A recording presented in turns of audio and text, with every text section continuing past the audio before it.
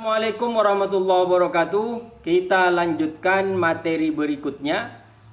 Kali ini kita akan belajar split plot design, rancangan peta-peta terbagi. Oke, RPPT. Nah, rancangan peta-peta terbagi merupakan perluasan dari rancangan peta terbagi RPT. Jadi perluasan dari split plot design. Jadi yang ini sekarang split plot design. Kalau pada RPT kita hanya melakukan percobaan dengan 2 faktor, maka dengan RPPT kita berhadapan dengan 3 faktor percobaan. Faktor pertama disebut peta utama, faktor kedua anak peta, dan faktor ketiga anak-anak peta.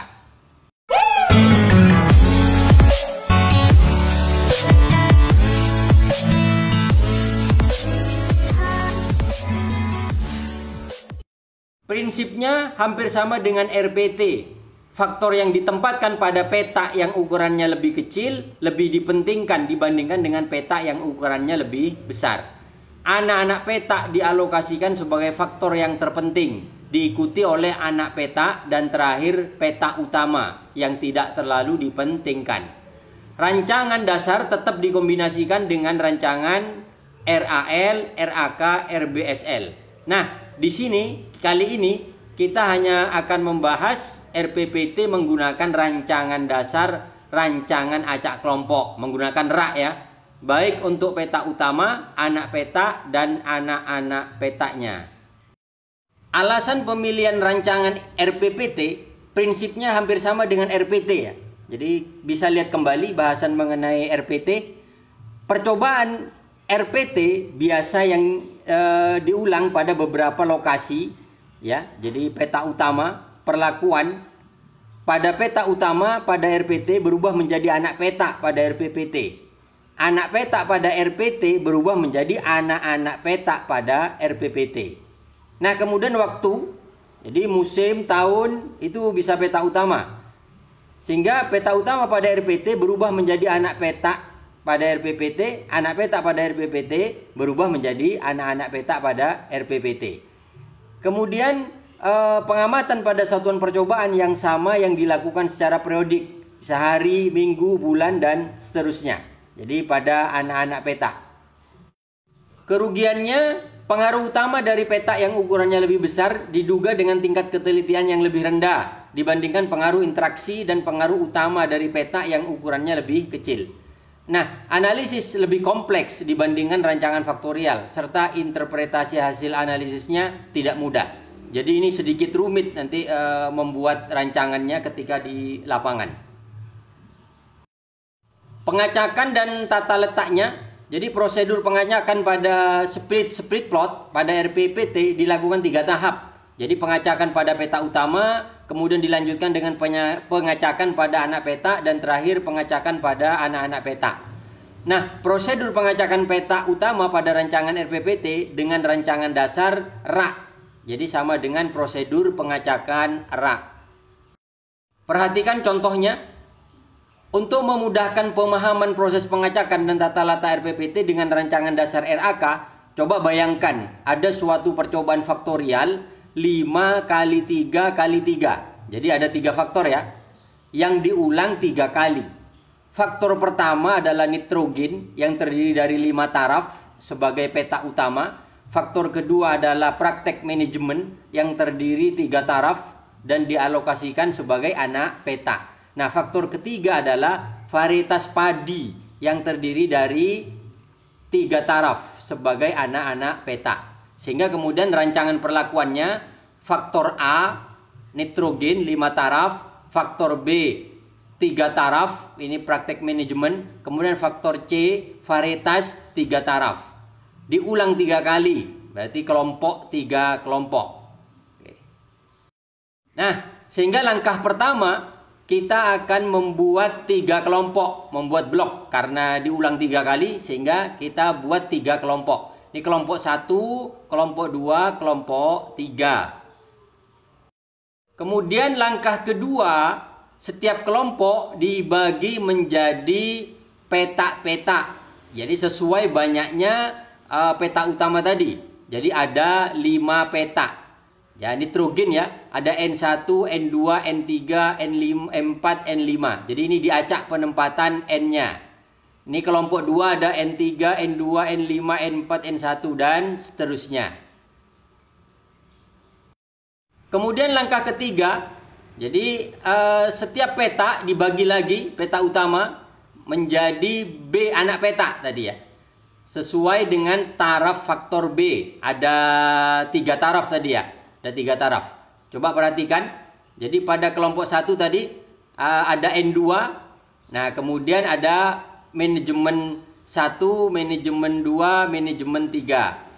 Oke, kemudian N di sini N3 M1, N3 M2, N3 M3, N1 M3, N1 M1, N1 M2 dan seterusnya.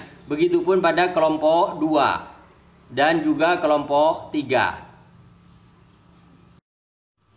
Nah, tabel analisis ragamnya jika kita menggunakan perhitungan manual, maka di sini ada sumber keragaman. Jadi lihat yang kursor di sini ya. Jadi ada peta utama, ada peta, ada anak-anak peta. Oke, kita akan praktekkan di dalam perhitungan SPSS. Nah, ini alur pengujian. Jadi apabila nanti ada pengaruh interaksi ketiga faktor, faktor A, faktor B, faktor C, pengaruhnya signifikan, maka pengujian hipotesis dilakukan terhadap interaksi ketiga faktor tersebut. Sedangkan pengaruh lainnya tidak perlu dilakukan. Tetapi ketika kemudian ini tidak signifikan, maka kita lihat interaksi antara dua faktor AB, AC, BC. Itu dan seterusnya. Oke, nanti ini bisa dibaca, kemudian bisa dipahami.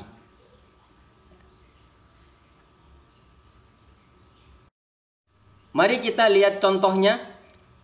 Percobaan di bidang pertanian ingin mempelajari pengaruh dari 3 faktor, yaitu pengaruh pemupukan nitrogen, faktor A, manajemen terhadap tanaman, faktor B, dan jenis varietas, faktor C, terhadap hasil produksi padi, ya, ton per hektar. Nah, faktor nitrogen ini, pemupukan ini ditempatkan sebagai peta utama. Kemudian manajemen, faktor manajemen sebagai anak peta. Dan faktor varietas, faktor C, sebagai anak-anak peta. Oke, ini datanya. Ya. Ini saya ambil dari blognya SmartStat, ya, datanya dan juga PowerPoint-nya tadi. Jadi ini datanya, nitrogennya di sini ada A1, ada A2, ada A3. Nah, kemudian manajemennya ada 3 taraf, B1, B2, B3. Ya. Kemudian varietasnya juga ada C1, C2, C3. Oke. Nah, ini data masing-masing ya, biar kelihatan angkanya. Jadi kalau faktornya pemupukannya A1, kemudian B1, C1, ini ulangan pertama, kelompok pertama 3,320. Ya, untuk A1, B1, C2 6,101. A1, B1, C3 5,355 dan seterusnya. Ini untuk yang A1. Jadi kalau jadi satu slide seperti tadi sehingga kelihatan kecil. Berikutnya untuk yang A2, ini datanya. Ya, jadi A2, B1, C1 3,188 dan seterusnya. Nah, ini untuk yang A3. Nah, ini yang untuk yang A3 ya. A3, B1, C1 5,468 dan seterusnya. Oke, jadi perhatikan, fokus. Nah, bagaimana kemudian nanti memasukkan data ke SPSS itu perlu ketelitian. Jadi jangan sampai keliru memasukkan perlakuannya. Jadi data disandingkan dengan perlakuannya, jangan sampai keliru.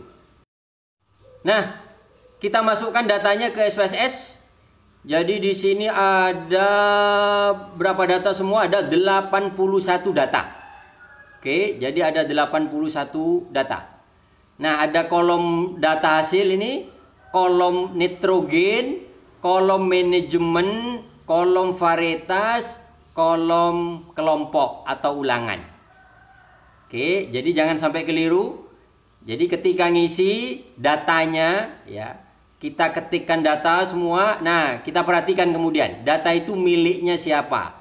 Miliknya nitrogen perlakuan yang mana? Miliknya manajemen perlakuan yang mana? Varietas yang mana? Kelompok mana? Sehingga tidak keliru. Jadi tidak apa pelan-pelan, ya, sambil dipraktekkan. Oke, berikutnya analisis, ya. Kemudian general linear model, univariate. Ya. Nah, jadi tadi data hasil itu dimasukkan ke dependent variable. Kemudian nitrogen manajemen varietas itu masuk di fixed factor. Kemudian, ya, kelompok itu masuk di random factor. Kemudian klik model, kemudian klik custom seperti biasa. Saya kira sudah hafal. Nah, di model ini nanti dimasukkan kelompok, ya. Kemudian nitrogen, kemudian blok kelompok nitrogen masuk lagi, kemudian manajemen, kemudian manajemen cross nitrogen. Di sini ada kelompok cross manajemen cross nitrogen, kemudian varietas, ada nitrogen cross varietas, ada manajemen cross varietas, ada manajemen cross nitrogen cross varietas. Jadi interaksi manajemen, nitrogen dan varietas. Oke, continue. Oke. Nah, sudah selesai hasilnya, ya. Kita akan baca hasilnya. Oke, ini hasilnya. Jadi yang pertama kita lakukan adalah lihat yang paling bawah dulu. Jadi apakah interaksi ketiga-tiganya, faktor nitrogen, faktor manajemen, faktor varietas itu signifikan? Ternyata di sini 0,861. Berarti ini lebih besar dari 0,05. Artinya, ya, ini H0 diterima, berarti tidak berpengaruh. Ya, ketika tidak berpengaruh, maka kita lihat interaksi kedua faktor. Manajemen varietas, ternyata signifikansinya 0,164. Ini juga lebih besar dari 0,05. Berarti H0 diterima. Berarti juga tidak berpengaruh. Nah, kemudian berikutnya kita lihat, karena tidak berpengaruh, dilihat dua faktor nitrogen, interaksi nitrogen dan varietas. Ternyata hanya signifikansinya 0,247. Berarti ini juga lebih besar dari 0,05, sehingga H0 diterima. Nah, karena interaksi tiga faktor tidak signifikan, tidak berpengaruh, kemudian kedua faktor, interaksi dua faktor juga tidak berpengaruh, maka kita lihat masing-masing. Ya. Nah, ternyata varietas di sini signifikansinya 0,000. Berarti ini H0 ditolak. Jadi signifikansi lebih kecil dari 0,05. Berarti H0 ditolak. Sehingga varietas, disimpulkan bahwa varietas mempengaruhi hasil. Kemudian berikutnya juga manajemen secara mandiri, hanya secara perorangan, ya, secara mandiri maksudnya. Manajemen mempengaruhi hasil panen.